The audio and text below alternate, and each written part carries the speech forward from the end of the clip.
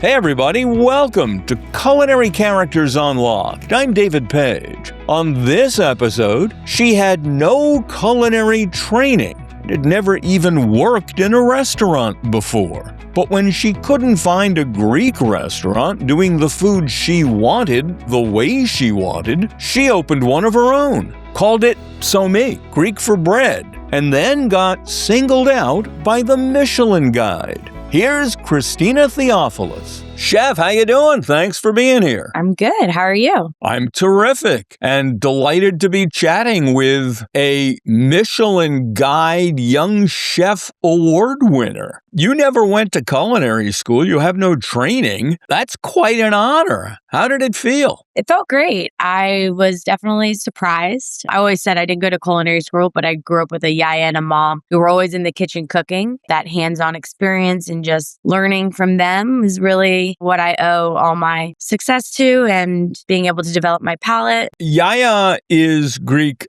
I assume, for grandmother. Yes. How Greek was family life growing up? It was pretty Greek. Both my parents were raised by immigrants straight off the boat who came here to make a name for themselves. So they were raised very, very Greek. With us, they really celebrated the fact that we are Greek American. Psomi, the restaurant, is also based on this fact that it's the Greek food I grew up on, but also mixed with the American tradition that we balanced it with. Where in Greece did the grandparents come from? My Yiayia, her family was from Kalimnos, and her father ended up in Tarpon Springs, Florida, which is pretty much all Kalimians. And what part of Greece is that? Like in the Peloponnese area. Pardon my ignorance, on the water or not? Yes, on the water, an island, yep. And then the man she married, my grandfather, he was from Athens. And then on my mom's side, her father is from Kalavrita, which is about an hour and a half drive outside of Athens. And he grew up in a very, very small village. And my grandma on that side, she's American, not very heavy on like an ethnic background. She married in. Yeah. You've mentioned various different parts of Greece. Mm-hmm. And I don't think Americans realize, as with all countries, not all the food is the same in all parts of Greece. I mean, you have coastal areas, you have inland areas. Mm-hmm. Could you discern whose food was from where growing up? Well, I think like with all cultures, you have like with my Yiayia, she was Kalimian. So there was a Kalimian way of making something. I think of this rice dish that we make. Her Kalimians, instead of ground beef, they use liver, right? And then my papu from Athens, they would use ground beef. So there's little changes, little tweaks. I think of our yummy star dish. It's a stuffed vegetable. My Yiayia always put golden raisins, and my papa was like, raisins? What are we doing with raisins? So they all eat very, very similar things. They were just different little tweaks, and really it comes down to like what's your preference. Like I prefer my yummy style with golden raisins. A lot of crossover, super similar, but definitely little things that different islands do, and Okay, you were born in Tampa? Tampa, yeah. What's that like as a kid growing up in Tampa? Were you like at the beach every day? No, that's a common misconception. We would go during the summers. We would go to the beach. My papa, obviously being from Greece and being Greek, loved just being by the ocean. So they did have a little beach condo out in the beach. So we would go in the summers, but it's definitely a misconception of Floridians like, oh, you're at the beach every week. And I can't tell you the last time I went to the beach.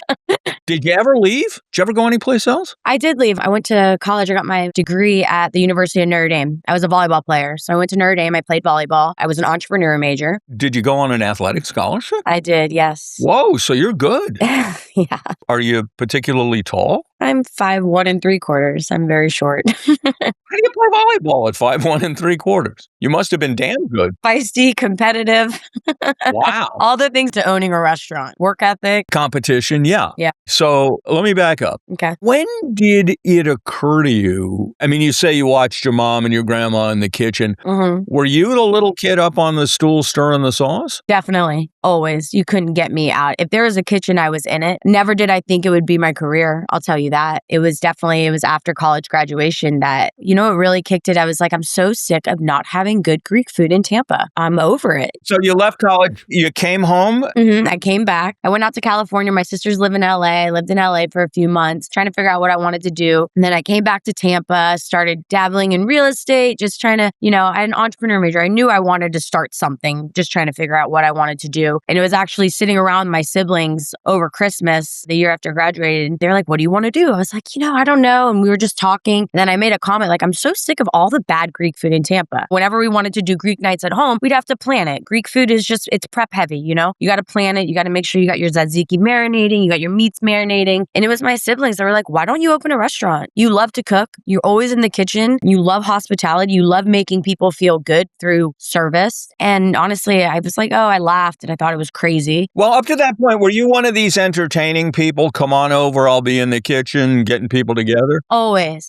Oh, they called my house the hotel. From the food to like having phone chargers in every corner. Just truly, I love being served. Wait, hold on. Phone chargers in every corner so when people come over, they can stay connected? Yeah, just, you make people feel good. You just make people feel like they have everything they need. They're so comfortable, Well, you have to. I've had a number of chefs tell me you have to be a people pleaser to be a successful chef. Yes, I agree. It's not about what you like. It's about what people like. Well, you could tell that to some of the chefs who do tasting menus who want me to eat what they like. Yeah. But anyway, we'll jump over that. Yes. So you're sitting around, you don't know what the hell you want to do. You got phone chargers in every corner. Your siblings say, what the hell, open a restaurant? That is the riskiest venture on the face of the earth. And you had to know it with a degree in entrepreneurship. Absolutely. What the hell made you say yes? I felt, first of all, looking at the market, I was like, there's a hole. There's a need for good Greek food. Well, is there a Greek population in Tampa of any size? Yeah. There's a big one. And it's where I told you my Yiayia settled in Tarpon Springs. It's the Greek community. Everyone hears Greek and they're like, oh, do you go to Tarpon Springs? But so everyone was eating at home because the restaurants were lousy. Yeah, there's a lot of Greek restaurants in Tampa or in Tarpon, but they're not good. It's the same old stuff, right? Here's the thing. What do restaurants avoid? Labor and food costs. Greek food, high quality ingredients,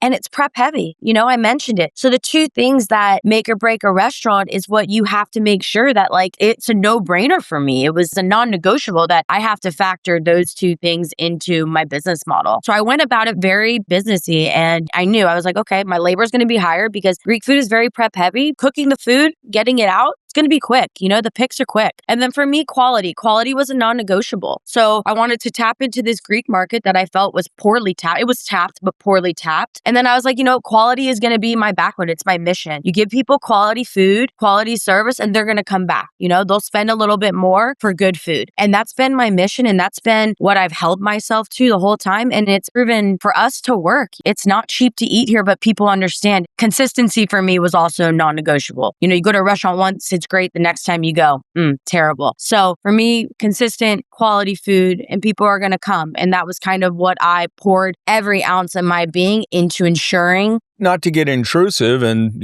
feel free to tell me it's none of my business, but you have no restaurant background. Never worked in a restaurant either. No high school job? No, sir. Huh. I had no idea what I was doing. Well, that's always good. So that leads to the question, how'd you raise the money? My grandfather was a big real estate person. He always believed, real estate was the best investment. So when he passed away, he left me and my 3 siblings each a property. So he left me a small property that I sold. I used that as my startup cash. Wow, that commitment, taking something that I assume was pretty damn important in your life and saying, I'm going to risk everything on this business? Yeah, for me, I feel like I'm stubborn, I'm hardworking, and, you never know you're going to make it work. It was the scariest thing I've ever done in my life, and the thought of doing it all again still scares me to this day. But you got to believe in yourself. You have to believe in your passion and create your path, and it was the first time since I graduated that I was like, this is what I want to do. I'm all in. We'll be right back. So you sold the property. Mm-hmm. What next? How long did it take and what were the steps to opening the door? So I put together a business plan because I had to go tell my dad, this is what I want to do. My dad's like, Greeks fought their whole lives to get out of the restaurant industry. What are you doing? He's like, we're the only Greeks not in the restaurant industry. What are you doing? But he also taught me life's about knowing your audience. So I know I needed his help. I needed his support, not only emotionally, but for me, just like his father taught him, and investing in real estate was the move. So I took it to him as a business opportunity for him. Help me find a location, invest in the real estate. Because if the restaurant fails, if I fail, do you know how many restaurants open in Tampa every week? You know how many people are looking for properties? You have a backup plan. You're trying to convince your father by saying, if I blow this, someone else will take the property. Absolutely, because he's a businessman. It's not about, hey, daddy, come help me. It's about, hey, I have a business opportunity. I want you to help me. I want to join with you. I want you to back me, both emotionally and physically. I'm also a realist and I'm a businesswoman. And you said it, restaurants are hard. You have to be realistic and be aware that, hey, it could fail. This could all come crashing down. Well, not only could it fail, but if it works, it's the lowest margin profit percentage on earth. Exactly. I always say this is too hard and you don't make enough money not to enjoy what you do. Good point. You talked your dad into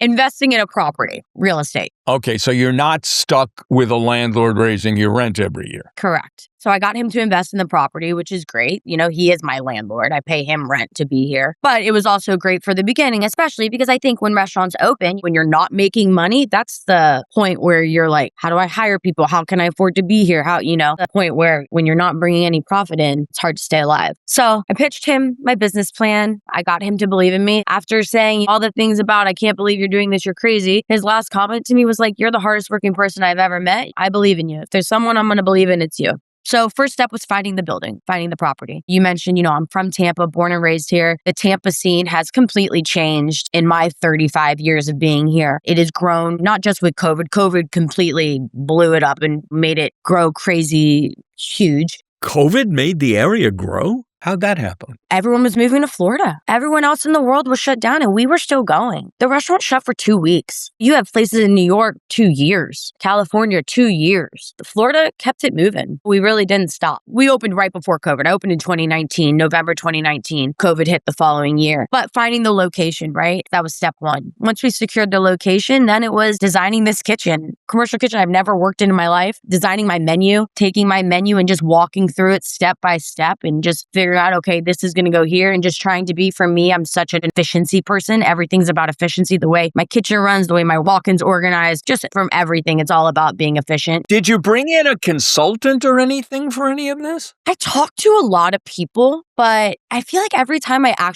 tried to bring in 2 consultants and I didn't have great experiences. I didn't, because I think a lot of consultants don't know what they're doing. So for me, I read a lot of books. I talked to a lot of people. I had friends in the industry that I was able to at least, walk through their kitchen, go look at things. Actually, one of my dad's best friends is the CEO of Cheney Brothers. So he brought me to their commercial kitchen. I was able to use that as a huge asset to just learn. What's Cheney Brothers? CBI, the big food distributor. I utilized everyone around me to try to learn and try to just be a sponge. I mean, I always say I'm a sponge. I'm always learning every day from new chefs, from new cooks, from dishwashers, whatever the situation is. So I really just learned. And then I trusted my gut. I did things the way I thought they should be done. So design the kitchen. And then, you design the kitchen, you have the floor plan, then you got to go to permitting, right? We were in permitting for about 1.5 years. We had to rezone. We had to get parking variances, do all that good stuff. And then started construction. Good Lord. Yeah. And then starts construction, right? You're turning an old service station into a restaurant. We had to have an addition. We added the entire kitchen. So yeah, it was a process. Well, did you set it up the traditional way, the brigade system with stations and all of that? We have a line. I don't have full station. It's not a big kitchen. When the restaurant opened, it was meant to be a small, 40-person cafe. I thought, oh, this is great. Psomi means bread in Greek. I knew I was going to be a full-blown bakery, breaking all of our breads in-house, breakfast and lunch. It's not huge. Do you do dinner now as well? I don't do dinner. I did dinner for a while during COVID. We do special events. I always do a Valentine's Day dinner. We do a 5-course, super, super high-end, beautiful event. But you focus on breakfast and lunch. I do. Yeah. Why? Well, the name of the restaurant's bread. So you got to be a bakery. So you got to have breakfast. And then for me, I think it balanced out to quality of life where I was like, okay, I can only work. There's only 24 hours in a day. And especially in the beginning, now I've created a team, but in the beginning, it was me. I'm here at 3 a.m. and I'm here till midnight when we were running dinner. It's hard. So for me, it came about balance. And again, it became about capitalizing on what's working for us. Yes, my profits, if I opened for dinner, would be crazy. But for me, the name of the restaurant's bread. You have to be open for breakfast. We're a full-blown bakery. So I've really capitalized on this. We run brunch every day. Do you have a family beyond parents and grandparents? Do you have kids? Yeah, I just got married this last year. They always say timing's everything. It's true. Because when I opened the restaurant, I would not have had time to do anything. I was 28. I was single. It was the perfect time for me this is my baby. This is everything to me, to dive in, to have no life other than this. And, I wanted it that way. I wanted to build what I've built. Oh, by the way, congrats on the wedding. Oh, thank you. Thank you. I met my husband about 2 years ago. It was a fast engagement, fast wedding, but it's been amazing. When you know, you know. I think especially in this industry, you don't deal with BS. So, I'm a straight shooter. We knew right away. So we got married. Yes, we're about to start a family. Like I said, timing's everything. And I think that's another reason, like for me with the dinners, everyone wants me to open for dinner. Everyone asks. But for me right now, it's not the time. It's not the time. It is so refreshing to see someone in this difficult business say, I'm drawing the line here. I'm going to have a personal life. That's fabulous. Yeah. Coming right back. So you did all this studying and you opened the place. What mistakes was it apparent you had made? Did you have to tweak the menu? Did you have to restructure the kitchen, or was it all hunky-dory? No, definitely not all hunky-dory. I wouldn't say any mistakes, but every day learning and changing and tweaking. I honestly think not being in the industry was my edge. I did things the way I thought about how I wanted to do things. I thought about the smart way to do things, the efficient way to do things. Well, give me an example of how you don't do what the industry says you should do and it works for you. So I'll never forget when we first opened my walk-in system, my organization for my walk-in system, right? Had no idea we were going to be as busy as we were. The restaurant was not equipped to handle the volume we do. So you were an instant success, basically. I don't know. I hate the word success because I'm always wanting more, but yes. You brought in a fair amount of traffic very quickly. Yeah, we started out the gate. My first week opening, my mom was helping me in the kitchen and she was making tzatziki and she made 8 quarts and she was like, this is going to last us all week. We were out of tzatziki in the first hour and my mom and I are like, we have no idea what we're doing. What is going on? Well, congratulations. Okay, so back to the walk-in story that I interrupted rudely. I'm sorry. So for example, my walk-in, right? We realized quickly space was an issue. So we do a quarting system. We store everything in quart containers for space saving, but I created a system of rotation and organization so that you really can't mess it up. I made different racks for the walk-in so that we can ensure rotation, we can do whatever. Anyway, so I had a cook here and he was like, wow, I've never seen a system like this. You're not supposed to do it like this. Restaurants, you're supposed to keep things in big bins so that you can rotate stuff, whatever. And I just realized super early that I loved when people are like, you're supposed to do something some way. And I'm like, no, we do what works for us, whatever way I want it. Like the kitchen design, I tweak stuff, I move stuff. I moved my fryer over, my flat top over, my grill over. We tweak stuff because I was like, this doesn't make sense. This person's in charge of this. I want this. And positions develop on the line. And I think you have personnel and what they're capable of and how much of an area they can handle. And as you change the menu, we're moving stuff around. I'm always tweaking. I'm always trying to figure out how can we be more efficient. We ran an app station at one point because for me, I was like, our dips and pitas, they got to get out fast. No one wants to wait for a dip. We don't run an app station anymore. Now my line is good enough that they can get the dips out in 3 minutes and I'm happy as a camper on Expo, When you say dip, you mean the stuff, a mezza? Yeah, a mezza, exactly. And like I said, Greek food, prep heavy. The picks are quick. My longest pick is to set it in the oven and forget it 15 minutes. To keep it cranking and to keep it moving, it all helps. But did I make a mistake or something catastrophic in the beginning? No. If I open another restaurant, would I do stuff a little bit differently? Yes, but I feel like everything was day by day learning, tweaking. And still to this day, I tell everyone who works for me, anybody who comes into my kitchen, we're always trying to get better. If you have an idea, let's get better. We got to keep the forward motion. Let's talk about the food. First of all, I guess it's a bakery. Mm-hmm. Did you bake a lot at home growing up? I didn't. I did not bake a lot. Beyond not having gone to culinary school, you had no experience baking and you said, what the hell, I'll open a bakery. Yeah. How did you learn how to bake? So I hired a baker when I first opened, a bread baker who's still with me from Baltimore, and I relocated him, not Greek. And he is a bread person. He is into his sourdoughs, truly artisan bread. He helped me design the bakery. He handled all the bread. Bread is the backbone of our menu, right? The name of the restaurant's bread, like I said. And then I taught him all the Greek stuff, all the phyllo, all the baklava, the spanakopita, the tsiropitas, all the Greek pastry stuff.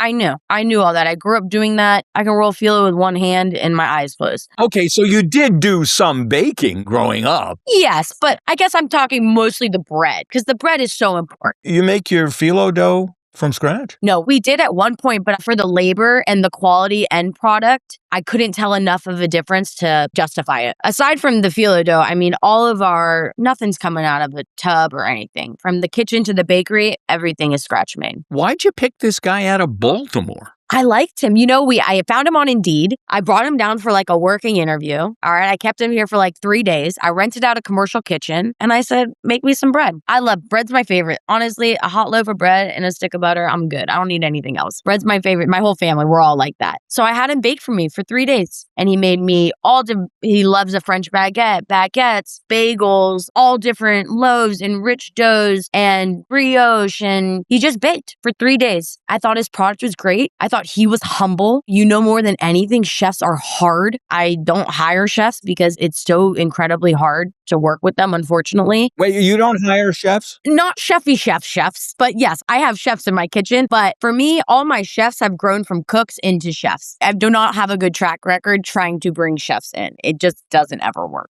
Well, the restaurant's small. You don't have room for their egos. Literally. I don't know if Tampa's big enough for some of their egos.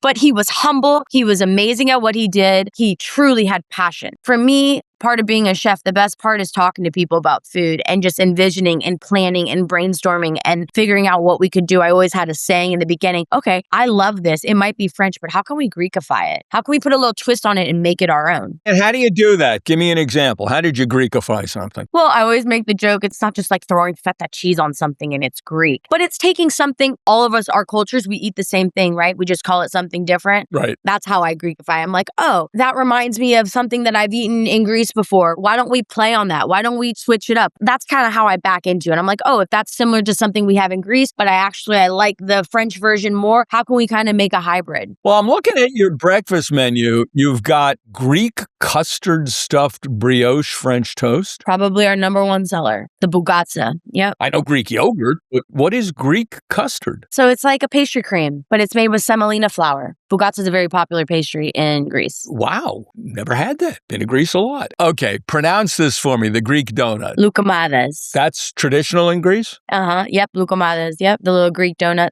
With baklava nuts and Greek honey. Oh, that sounds fantastic. Yeah. I'm going down your menu. The dips, the mezza. Yeah. If you ask Americans to name, stereotypical Greek dish, they'll probably say gyro and mispronounce it as gyro. Yeah. And flaming cheese. Yeah. And the dips. Yeah. Tell me about those. What are they? How do you make them? What makes them good as opposed to the stuff you often get or can buy in the supermarket? So we'll start with tzatziki, the Greek ketchup. We put it on everything. Yes. And for anyone who's confused, it's not really ketchup, it's yogurt. Yeah, right. So for me, for tzatziki, right? Tzatziki starts with a good Greek yogurt as the base. Most places use sour cream because it's cheaper. Ah.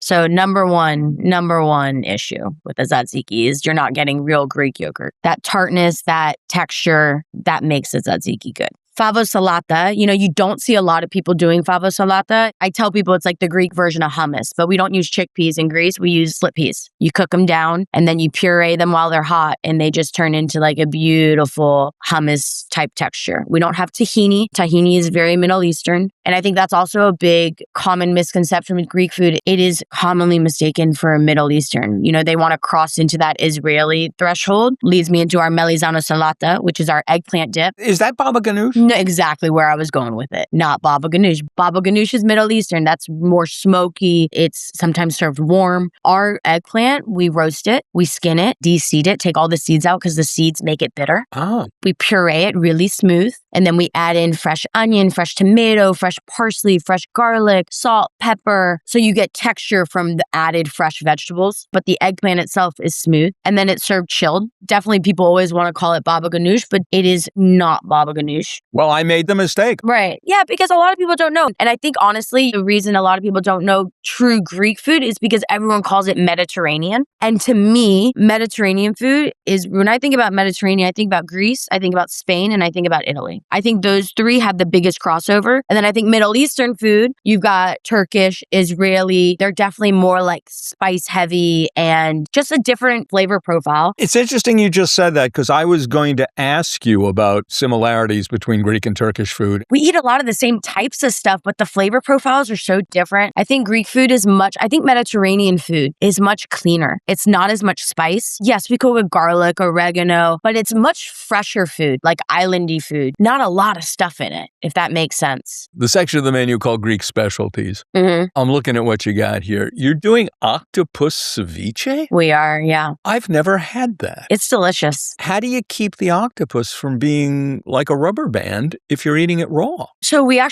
braise the octo.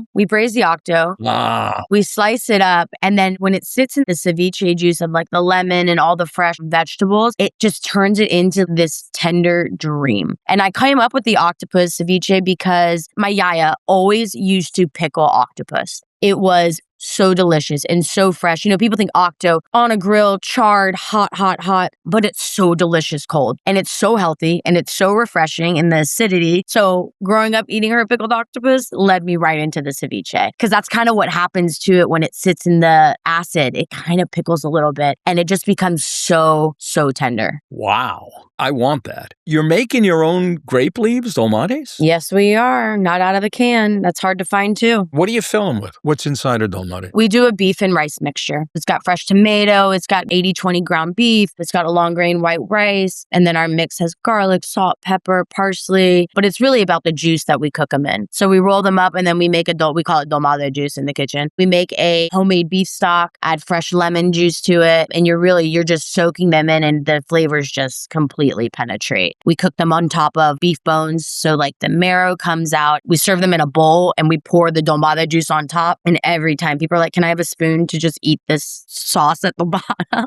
Ooh. They're juicy. They're fat. You know, you can tell they're rolled by hand and they're just super delicious. I am going to attempt this word and then you're going to correct me. Okay. Kola kito keftedes. Beautiful. You did it. Okay, explain it. All right, so you see the other one on the menu, the keftedes, right? Yeah. That just refers to like pretty much like a meatball. So kolio is zucchini. So there are zucchini fritters. We take zucchini, we shred it down, we add some homemade breadcrumbs, we add some egg as a binder, we pan sear them, and then we drop them in the fryer. So they're just a zucchini fritter. They have some feta cheese rolled in them. Those are yummy too. I love all the Greek specialties. So in America, right, everyone sees the lamb gyro, the like weird pate. Wait a second, hold on. You call it a gyro? No, I was being facetious. Thank God. Everyone thinks it's that. A gyro. Yeah, it's a gyro. No, of course it's a gyro. That's number one training for my servers. Day one is pronunciations. So no, it's a gyro. But everything that everyone sees in America it's like fake meat. It's like a lamb beef mixed pate, just like shaped down this spit. Yeah, it comes as that hunk and it goes in a circle and it's like extruded. We don't do that. What do you do? We call it a pita because gyro means it's vertically cooked, right? So that means it's going on a spit. So for our lamb, we take lamb shoulders and we braise them down and we shred it. So you get chunks of lamb, but it's not going to look like that weird fake mystery meat that people love. And that's like honestly what they want. And it's kind of weird, but so we braise it, you have chunks of it, and yeah, it goes in a pita and it's super juicy, it's super delicious. You make your own pita? Yeah. Oh yeah. All the bread. We're not buying any bread. Anything that is on that menu, bread-wise, we're making it. How do you make a pita?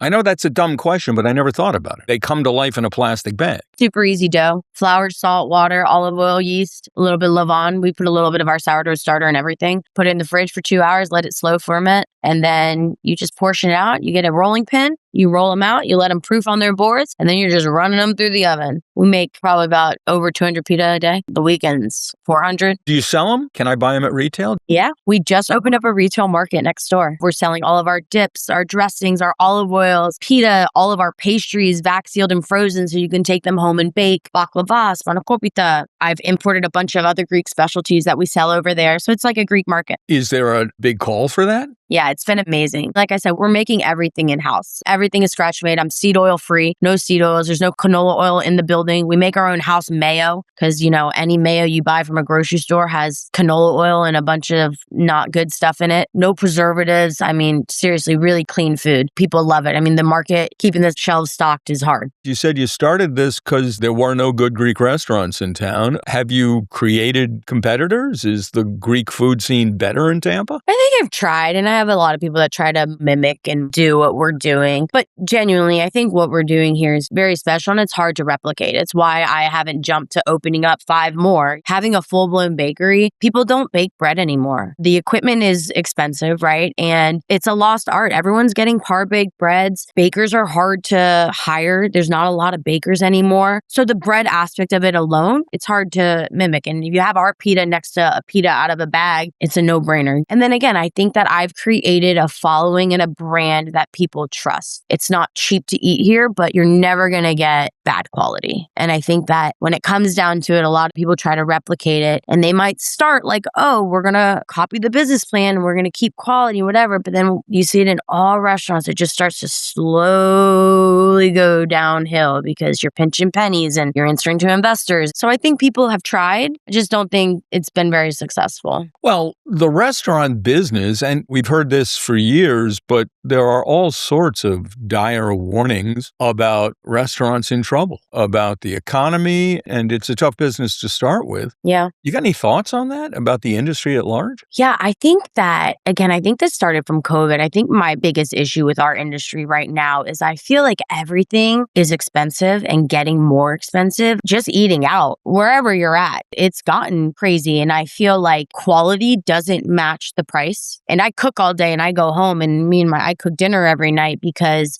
I work too hard to make money and go out and spend it on food that's going to hurt my stomach or isn't good. So I feel like I have seen this constant struggle where restaurants, I get it, margins are so tight, you have to charge more. But I think I see people starting to kind of push back like, well, hold on, what's the quality level? Why am I paying $180 for steak? Is this a steak from Cisco? Where's this meat coming from? So I feel like the industry as a whole, I'm starting to see that. And I actually saw it over Christmas time this last year is I had a lot of friends that were in the industry and they're like, we felt like we were slower. And I kind of feel like my sweet spot of being this breakfast and lunch, maybe people aren't going out and spending so much money at night. And they're like, oh, we'll budget more for like having a nice brunch. So I felt like during the holidays, I felt like we were busier than ever. And I kind of chopped that up to maybe people are starting to slow down eating out. All these restaurants are opening up, especially in this Tampa market. Restaurants are opening up every week, but our economy is unknown. Everything is so expensive. The cost of living in Tampa has also like quadrupled in the last 10 years. So I'm starting to see that little bit of a shift. And I think it's good. I think it's good for the industry. I think the consumer has to demand quality for us all to make each other better. But I am seeing a shift where I think that it is becoming harder because people aren't going to settle anymore. It's not just about the going out and like having an experience with your friend. People want the whole package. People want the food, they want the service, and they want the experience. Can you continue to provide that as prices go up? Yeah, I haven't raised my prices in 3 years and it's been hard because I feel like, with breakfast and lunch, you do hit a plateau. Like how high can you go? But for me, again, it's the business model. And if I ever reach a point where I can't do it, it's done. It's done because without that quality and without that consistency, no one's going to come and spend $30 for breakfast. The restaurant will shutter on its own. Don't get to that point. Keep doing what you're doing. Yes, of course. Stay the path. That's why I focus on me, what does best for us. I don't get lost in the noise. That's why the Michelin thing was such a surprise. I wasn't even on my radar. I just do what I do every day. I create a good product. I want people to be happy. I want to share my culture with people and I want to work hard. That's all I want to do. Well, you're obviously doing a remarkable job, Chef. Thank you. Very, very impressive. Thank you. Well, thank you for taking the time to chat with me. This has just been a delight. Thank you so much. It's been amazing. Christina Theofilos on Culinary Characters Unlocked. I'm David Page. I'll see you next time. And check out the Culinary Characters Unlocked Substack.